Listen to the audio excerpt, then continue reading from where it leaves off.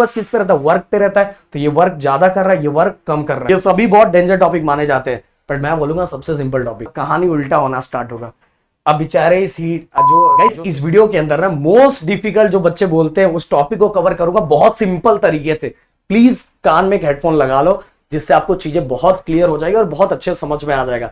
तो हम जो टॉपिक कवर करने वाले वो है हीट इंजन, इसके बाद रेफ्रिजरेटर, कार्नोट साइकिल। ये सभी बहुत डेंजर टॉपिक माने जाते हैं, बट मैं बोलूंगा सबसे सिंपल टॉपिक है, सबसे मजेदार टॉपिक है। तो देखना लास्ट तक, एकदम एक एक बात, बीच में छोड़ के जाओगे तो चीजें क्लियर नहीं होगी। जो जो चीजें सर बोलेंगे ना प्लीज ध्यान से सुनते जाना। हर चीजों को मैं कनेक्ट करते करते आगे तक चले जाऊंगा, जिससे चीजें सिंपल होती जाएगी। सबसे पहले हीट इंजन। हीट इंजन एक ऐसा डिवाइस होता है जो अपने हीट को पार्शियली वर्क और मैकेनिकल एनर्जी में क्या करता है, कन्वर्ट करता है। अगर हीट इंजन का एग्जांपल देखना चाहते हो तो जाओ कार खोलो, उसके अंदर आपको इंजन दिखाई देगा, वो हमारा हीट इंजन ही है। मतलब ऑटोमोबाइल इंजन हम एग्जांपल ले सकते हैं हीट इंजन के लिए।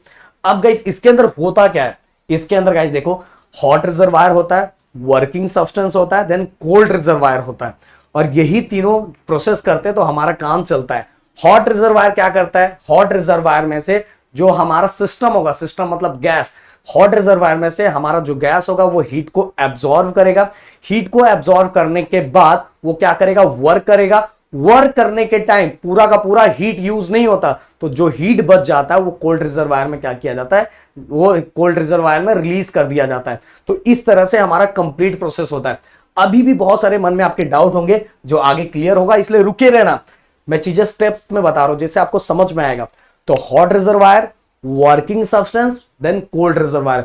हॉट रिजर्वायर में से जो हमारा सिस्टम है उसने हीट को एब्जॉर्व किया। हीट को एब्जॉर्व करने के बाद उसने वर्क किया। वर्क करने के टाइम जितना उसने हीट एब्जॉर्व किया था पूरा का पूरा हीट यूज नहीं हुआ, तो जो हीट बच गया वो कोल्ड रिजर्वायर में क्या किया गया, रिलीज करवा दिया गया। और इस तरह से हीट इंजन का प्रोसेस चलता है। अभी आगे देखो, ध्यान देना। अब वर्किंग सब्सटेंस जो हीट को क्या करता है, एब्जॉर्व करता है और बाद में वर्क करता है। देन इसके बाद हॉट और कोल्ड रिजर्वायर। हॉट रिजर्वायर का टेम्परेचर हमेशा हाई होता है, भाई हाई होगा तो ही तो उसमें से हीट एब्जॉर्व किया जाएगा। कितना भी हीट एब्जॉर्व कर रहे हो, हॉट रिजर्वायर का हमेशा टेम्परेचर क्या रहेगा, हाई रहेगा। अब कोल्ड रिजर्वायर जिसमें मतलब जो एक्स्ट्रा अमाउंट ऑफ वर्क करने के बाद जो एक्स्ट्रा हीट बच गया उसको क्या किया जाता है, रिलीज किया जाता है। तो सिंपल सी बात है, जो कोल्ड रिजर्वायर का टेम्परेचर हमेशा क्या रहेगा, लो रहेगा, और जो हॉट रिजर्वायर का टेम्परेचर हमेशा क्या रहेगा, हाई रहेगा। अब गाइस इसके बाद इसके अंदर सिलेंडर भी होता है जो वर्क करने में हेल्प करता है, और यहां सिलेंडर को हम ऐसा कंसीडर करेंगे कि वो फ्रिक्शनलेस और मासलेस होता है। अब चलते हैं आगे। ये देखो इसको, अब आ गए अपने एक और स्टेप में। Hot reservoir at temperature T of H, cold reservoir at temperature T of C, और ये बीच में क्या होता है, वर्क होता है। अब ध्यान से सुनो, जो हमारा सिस्टम है वो यहां से उसने हीट एब्जॉर्व किया। हीट एब्जॉर्व करने के बाद मान लो यहां उसने नंबर भी बता रहा हूं, ओके, उसने इतना हीट एब्जॉर्व किया। ध्यान से एक समझाने के लिए बता रहा हूं, इतना हीट एब्जॉर्व किया। हीट एब्जॉर्व करने के लिए, वर्क करने के लिए बस उसको 70 इतना ही हीट की जरूरत पड़ी, इतनी ही एनर्जी की जरूरत पड़ी। 10 बच गया ना, तो जो एक्स्ट्रा 10 बच गया वो कहां रिलीज हो जाएगा, वो कहां रिलीज होगा जाएगा, इसके अंदर, इसके कोल्ड रिजर्वायर में। ओके, कोल्ड रिजर्वायर में क्या हो जाएगा, सिंक हो जाएगा। तो इस तरह से कंप्लीट प्रोसेस चलता है। किसका कंप्लीट प्रोसेस चलता है, हमारा हीट इंजन का। अब देखो गाइस, ये जो डिफरेंस जो क्रिएट किया ना, आप बोलोगे सर ये पूरा का पूरा जितना इसने एब्जॉर्व किया है पूरा का पूरा अगर वर्क करवा देता तो वर्क मतलब पूरा का पूरा हीट यूज हो जाता ना, पूरा का पूरा हीट यूज हो जाता, बिना मतलब एक्स्ट्रा एनर्जी क्या किया जाता, रिलीज करवा दिया जाता। ऐसा क्यों करते हैं? अरे मेरे दोस्त, हीट को फ्लो होने के लिए हाई और लो भी तो चाहिए ना। हीट को फ्लो होने के लिए क्या चाहिए, हाई और लो। इसलिए हाई और लो जब हम क्या करते हैं, डिफरेंस क्रिएट करते हैं, तो हीट क्या करता है, एनर्जी ट्रैवल करना स्टार्ट करता है। तो बीच में हमारा वर्किंग सब्सटेंस होता है जो वर्क भी कर देता है। फिर जो एक्स्ट्रा अमाउंट ऑफ हीट हमारा बच जाता है, एक्स्ट्रा अमाउंट ऑफ एनर्जी जो बच जाता है, उसको कोल्ड रिजर्वायर में क्या किया जाता है, रिलीज करवा दिया जाता है। ओके, एग्जॉस्ट आपको पता हो, गाड़ियों में एग्जॉस्ट लगा रहता है, वो वही काम करता है, कोल्ड रिजर्वायर का ही काम करता है। तो सिस्टम हीट को एब्जॉर्व किया, हीट एब्जॉर्व करने के बाद उस सिस्टम ने कुछ वर्क किया। कैसे वर्क करता है वो भी आगे हम देखने वाले। फिर वर्क किया, फिर वर्क करने के टाइम जो एक्स्ट्रा अमाउंट ऑफ एनर्जी बच जाती है उसको सिंक में वो क्या कर देता है, रिलीज कर देता है। क्लियर? ओके, अब देखो गाइस, ये हो गया हमारा जो आपके बुक में केस दिया था, उससे रिलेटेड मैंने चीजें बताई। अब देखो भाई, हाँ छोटा जा छोटा जा, हाँ छोटा हो। ये कहाँ तू जा रहा है? हाँ, इसको हम यहाँ कर देते हैं, ये इनको घूमना है तो घूमो। चलो ठीक है, कोई बात नहीं। अब देखो एग्जाम में एक और हीट इंजन को वर्क हमें आता है, यहाँ मेनली टाइपिंग मिस्टेक हुआ है, मैं वहां बता देता हूँ। और अगर गाइस आपको नोट चाहिए, ये नोट्स काम का है, बस काम खत्म हो जाएगा, ये नोट्स मिल गया ना आपका, एकदम सिंपल तरीके से लिखा हुआ है। अगर आपको चाहिए तो देखो ध्यान दो, वर्क हम कैसे फाइंड करेंगे। देखो यहां से मान लो 100, यहां से हॉट रिजर्वायर से 100 हमने, मतलब नंबर में 100 जूल हमने एनर्जी ली है, यहां रिलीज हुआ है मान लो 20 जूल। तो वर्क कितना हुआ है? वर्क कितना हुआ? 80 जूल। कितना वर्क हुआ? 80 जूल। तो ये हॉट रिजर्वायर से 100 जूल एनर्जी लिया, रिलीज हुआ है 20 जूल, तो कितना वर्क कितना हुआ? 80 जूल। तो हम इस तरह से फॉर्मूला बना सकते हैं, वर्क हीट इंजन कितना वर्क कर रहा है। तो हम लिखेंगे, देखो इसके अंदर से कितना अमाउंट ऑफ हीट था, और जो सिंक में ये जो कोल्ड रिजर्वायर में कितना इसमें आया है। अगर दोनों को हम माइनस करेंगे, दोनों को क्या करेंगे? माइनस करेंगे, तो हमें पता चल जाएगा कि वर्क कितना हुआ है। जैसे मैंने एग्जांपल ले लेता हूं, यहां 100 एब्जॉर्व किया था और जो रिलीज किया वो 20 था, तो वर्क कितना हुआ है? 80। वर्क कितना हो गया? 80 हो गया ना। क्लियर कि नहीं? समझ में आया कि नहीं? वर्क कितना हो गया? 80 हो गया। अब अगर हमें यह पता लगाना है कि ये जो हमारा हीट इंजन है इसकी एफिशिएंसी कितनी है, इसकी एफिशिएंसी कितनी है। एफिशिएंसी के लिए मैं बात बता रहा हूं कि मान लो सिस्टम ने, ये क्वेश्चन का आंसर आप प्लीज कमेंट में लिखना, सिस्टम ने यहां से 80 जूल एनर्जी एब्जॉर्व किया, और 80 जूल एब्जॉर्व करने के बाद, ये मान लो ये वाला 80 जूल, यहां लिखता हूं मैं, 80 जूल एब्जॉर्व किया। एब्जॉर्व करने के बाद गाइस उसने यहां जो सिंक में ओनली 10% जूल ही, मतलब यहां इसमें रिलीज किया हुआ है। एक और इंजन है जिसने 80% क्या किया है? एब्जॉर्व किया, बट सिंक में 70%, जस्ट एग्जांपल समझाने के लिए 70% रिलीज कर दिया। तो बस काम यहां कितना हुआ? वर्क 10 हुआ, और यहां वर्क कितना? 70 हुआ। तो सिंपल सी बात है भाई, किसकी एफिशिएंसी ज्यादा है? इसकी एफिशिएंसी ज्यादा है, क्योंकि ये वर्क के लिए ज्यादा यूज कर रहा है, क्योंकि हमारा फोकस किस पे रहता है? वर्क पे रहता है। तो ये वर्क ज्यादा कर रहा है, ये वर्क कम कर रहा है। तो उसी तरह से गाइस अगर मुझे एफिशिएंसी फाइंड करनी है, तो एफिशिएंसी मैं कैसे फाइंड करता हूं? W अपॉन कितना हीट हमने दिया था, Q ऑफ H। जितना हमने हीट दिया था उतना वर्क, अगर जितना हमने हीट दिया था, अगर ज्यादा यूज किसके लिए? वर्क के लिए हो रहा है, तो उसकी एफिशिएंसी बहुत ज्यादा है। पर अगर कम वर्क के लिए यूज हो रहा है, जितना, अगर मान लो हमने 80 दिया और यहाँ 70 सिंक में ही आ गया, तो भाई हीट बस वर्क के लिए बस 70 यूज हो रहा है, तो इसकी इफिशिएंसी अच्छी नहीं है। तो इफिशिएंसी फाइंड करने का फॉर्मूला भी सेम, वर्क का क्या था? Q of H minus Q of C upon Q of H। मतलब कि जितना हमने डिफरेंस देखा और जितना हमने हीट दिया था, दोनों को जितना वर्क हुआ और जितना एक्चुअल हमने हीट दिया था, दोनों को जब मैं डिवाइड करूंगा तो मुझे क्या मिल जाएगी? इफिशिएंसी। ओके, समझ में आया? जितना हमने वर्क किया है और एक्चुअल हमने जितना हीट दिया था उतना वर्क हुआ क्या? जब दोनों को हम डिवाइड करेंगे तो हमें क्या मिलेगा? थर्मल इफिशिएंसी मिलेगी। तो हमें समझ में आ जाएगा ये इंजन पावरफुल है कि नहीं है। तो बस इतना। अब आगे चलते हैं डायग्राम पे, जो हमारा पीवी डायग्राम है। पीवी डायग्राम को बहुत अच्छी तरीके से आप समझोगे तो बहुत सारी चीजें यहां भी क्लियर हो जाएगी। ये देखो, आप सुनना ध्यान से। अब क्या होगा पहले केस में A to B, और ये इसका पूरा हैंड रिटन नोट्स आपको मिल जाएगा, अगर आपको चाहिए तो प्लीज कमेंट करना। A to B, यहां हीट एब्जॉर्ब लिखा हुआ है।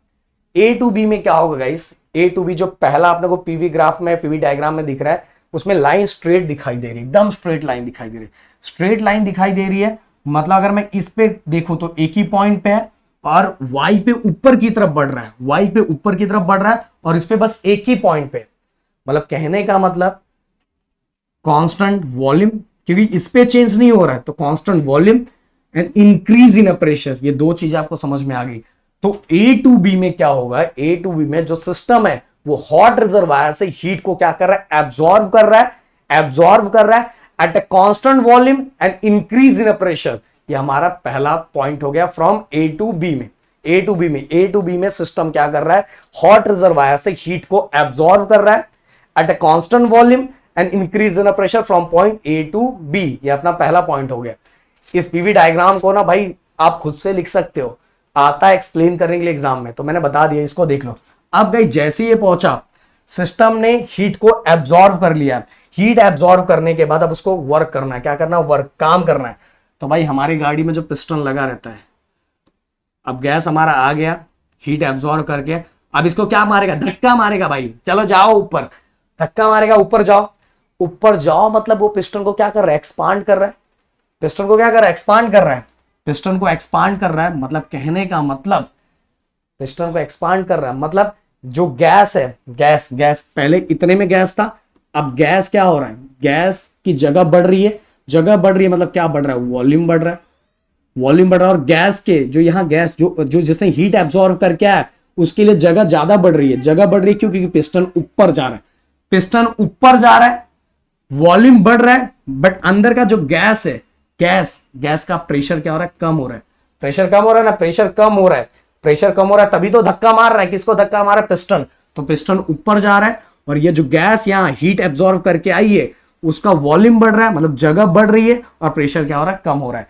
और यहाँ वर्क कौन कर रहा है, वर्क कौन कर रहा है, ये गैस वर्क कर रहा है ना, work done by the gas, मतलब work done by the system, work done by the system, system work कर रहा है, सिस्टम वर्क कर रहा है। तो ये लिखा फ्रॉम बी टू सी में बात करेंगे, work done by the system, जिस सिस्टम ने हीट एब्जॉर्ब किया तो वो वर्क कर रहा है, कैसे, at increase in a volume but decrease in a pressure, क्योंकि प्रेशर डिक्रीज होगा, गैस का प्रेशर डिक्रीज हो रहा है ना, सिस्टम का प्रेशर क्या हो रहा है, सिस्टम मतलब गैस, सिस्टम मतलब गैस, क्योंकि गैस में दम है ना, तो उसके ऊपर कोई प्रेशर थोड़ी डाल सकता है, तो प्रेशर कम हो रहा है और वॉल्यूम क्या हो रहा है, बढ़ रहा है। ध्यान से एकदम प्यार से समझा रहा हूं। तो बी टू सी में क्या हो रहा है guys, work done by the system, और इन दिस केस वॉल्यूम क्या हो रहा है, इंक्रीज हो रहा है, वॉल्यूम क्या हो रहा है, वॉल्यूम बढ़ रहा है ना, पिस्टन ऊपर जा रहा है तो वॉल्यूम गैस का क्या हो रहा है, बढ़ रहा है, एंड प्रेशर क्या हो रहा है, डिक्रीज हो रहा है, वॉल्यूम बढ़ रहा है एंड प्रेशर क्या हो रहा है, डिक्रीज हो रहा है। तो बी टू सी में ये हो गया। तो भाई पिस्टन ऊपर पहुंच गया, पिस्टन बाबा ऊपर पहुंच गया, पहले यहां थे तभी तो हमारा इंजन चलेगा भाई, पिस्टन यहां थे, पर हमारे बाबा, कौन बाबा, हमारे बाबा आए, उन्होंने मतलब सिस्टम बाबा हीट एब्जॉर्ब करके आए, दम लेके आए, और दम लेके उन्होंने पिस्टन को ऊपर उठा दिया, पिस्टन को ऊपर उठा दिया।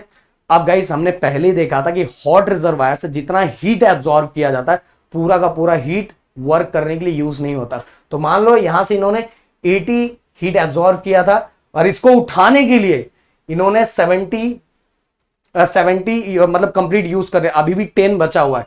अब 10 क्या हो जाएगा, 10 क्या होगा, मतलब इनके अंदर अभी भी 10 जूल एनर्जी बची हुई है, एग्जांपल समझाने के लिए बता रहा हूं, 10 जूल एनर्जी बची हुई है। तो जो बची हुई एनर्जी वो कहां चली जाएगी, सिंक में, कहां चली जाएगी, सिंक में। तो आप देखेंगे C2D में अब हीट रिजेक्ट होगा, किसका सिस्टम का, जिसने हीट एब्जॉर्ब किया था। तो फ्रॉम C2D, फिर से यहां पॉइंट दिखाई दे रहा है, पॉइंट मतलब एक ही पॉइंट पे, और नीचे एरो जा रहा है, मतलब नीचे एरो जा रहा है मतलब क्या होगा, प्रेशर डिक्रीज होगा बट वॉल्यूम क्या होगा, वॉल्यूम कांस्टेंट होगा।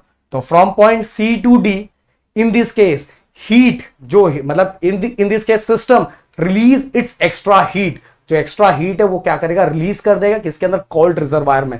और जैसे ही उसने अपनी एनर्जी रिलीज कर दी, और कैसे रिलीज करेगा, at a constant volume but decrease in a pressure. अब भाई सिंपल सी बात है ना, अपने हीट को क्या कर रहा है, रिलीज कर रहा है, अपने हीट को क्या कर रहा है, रिलीज कर रहा है। तो वो यहां प्रेशर, उसके ऊपर प्रेशर क्या हो रहा है, डिक्रीज हो रहा है, एंड वॉल्यूम क्या है, कांस्टेंट है। तो ये देख के हमें समझ में आ गया। अब सुनो मेरी बात, अब कहानी उल्टा होना स्टार्ट होगा। अब बेचारे इस हीट जो सिस्टम जिस गैस ने हीट एब्जॉर्ब किया था, हीट एब्जॉर्ब करने के बाद इसने पिस्टन को ऊपर उठाया था, जैसे पिस्टन को उठाया काम खत्म। तो इसके अंदर जो एक्स्ट्रा अमाउंट ऑफ हीट था वो क्या हो गया, रिजेक्ट हो गया। अब रिजेक्ट होने के मतलब अब इसके अंदर कोई दम नहीं बचा, अब कुछ बचा नहीं है। अब इसको दबाने का काम कौन करेगा, कौन, सबका बारी आता है। अब इसको दबाने का काम करेगा पिस्टन।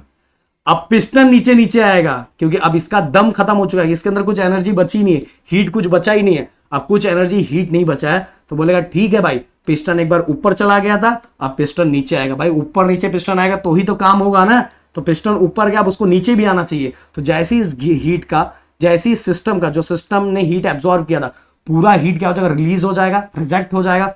अब इसके अंदर का दम खत्म, तो भाई ये इसको उठा के थोड़ी रखेगा, तो अब ये नीचे आएगा। कौन नीचे आएगा? पिस्टन। पिस्टन धीरे धीरे नीचे आ रहा है, पिस्टन नीचे आ रहा है, पिस्टन नीचे आ रहा है। गैस के बारे में सोचना, गैस के बारे में, पिस्टन नीचे आ रहा है, मतलब नीचे आ रहा है, मतलब उसका गैस का वॉल्यूम अब जगह कम होता जाएगा, मतलब वॉल्यूम क्या होगा? डिक्रीज होगा। अब उसके ऊपर ये हमारा जो पिस्टन है, अब किसके ऊपर प्रेशर लगाएगा? गैस पे, मतलब उसका प्रेशर बेचारे का क्या होगा? बढ़ेगा। अब उसको दबाएगा ना, अब उसको दबाएगा मतलब वॉल्यूम जगह कम हो रहा है गैस का। गैस के बारे में सोचना, इसके बारे में नहीं।